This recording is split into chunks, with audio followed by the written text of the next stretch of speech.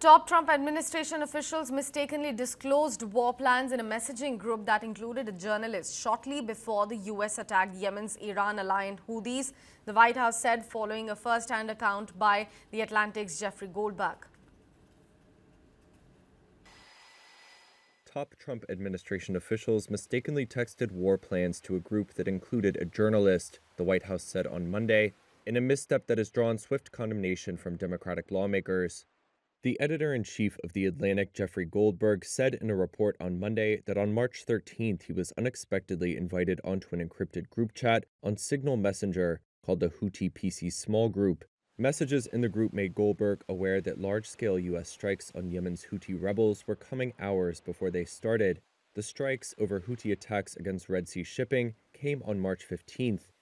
Before they began, Goldberg said Defense Secretary Pete Hegseth posted operational details about the plan in the group, including, quote, information about targets, weapons the U.S. would be deploying, and attack sequencing. The chat also included accounts that appeared to represent Vice President J.D. Vance, U.S. Secretary of State Marco Rubio, CIA Director John Ratcliffe, and others. At one point, the person identified as Vance appeared to question whether U.S. allies in Europe, more exposed to shipping disruption in the Red Sea, deserved U.S. help. A person identified as Hegseth replied, VP, I fully share your loathing of European freeloading. It's pathetic. Trump's nominee for National Counterterrorism Center Director Joe Kent was apparently also on the signal chain, despite not yet being confirmed by the Senate. White House National Security Council spokesperson Brian Hughes said the chat appeared to be authentic and that the NSC was reviewing how a, quote, inadvertent number had been added. When asked about the Atlantic report on Monday, Hegseth denied sharing war plans in the chat and attacked Goldberg's credibility. So you're talking about a deceitful and highly discredited so-called journalist who's made a profession of peddling hoaxes time and time again, to include the hoaxes of Russia, or the fine people on both sides hoax, or suckers and losers hoax. So this is the guy that peddles in garbage. This is what he does. Why were those details shared on Signal, and how did you learn that a journalist was privy to the targets, the types of weapons used? I've heard I was characterized. Nobody was texting war plans, and that's all I have to say about that. Thank you.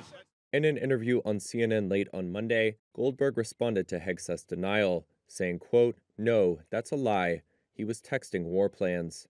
Mr. President, this is one of the most stunning breaches of military intelligence I have read about in a very, very long time. Senate Democratic leader Chuck Schumer and other Democratic lawmakers have called the use of the Signal Group illegal and demanded an investigation. I don't know anything about it. Trump told reporters at the White House Monday that he was unaware of the group chat incident. The White House has given no sign so far that the breach would lead to any staffing changes. It's embarrassing, right. Yes. We're going to get to the bottom of it. I just talked to Elon on the way here. We've got the best technical minds looking at how this happened. But I can tell you for 100%, I don't know this guy. I know him by his horrible reputation, and he really is the bottom scum of journalists. And I know him in the sense that he hates the president, but I don't text him. He wasn't on my phone. Look, I take full responsibility. I built the group. My job is to make sure everything's coordinated. But how did the number? I mean, I don't mean to be pedantic here, but how did the number? Have you ever had somebody's contact that shows their name, and then you have somebody else's number there? I never make those mistakes. Right? You got somebody else's number on someone else's contact. So of course I didn't see this loser in the group. That's the part that we have to figure out, and that's the part that embarrassing, yes, but Pete and I are veterans. We know these operations. We made a mistake. We're moving forward, and we're going to continue to knock it out of the park for this president. Would you care if the rest of this information came out? Look, I mean, I would prefer, certainly, as the president was saying today, if we could all sit in a steel-lined room and have all of these conversations. I certainly want our deliberations to stay confidential. This was an encrypted app that the CIA had on sitting there as John Ratcliffe was confirmed and walked into the building from the prior administration. It's on other agency apps. And so, no, of course I don't want it all out there because these were conversations back and forth that you should be able to have confidentially.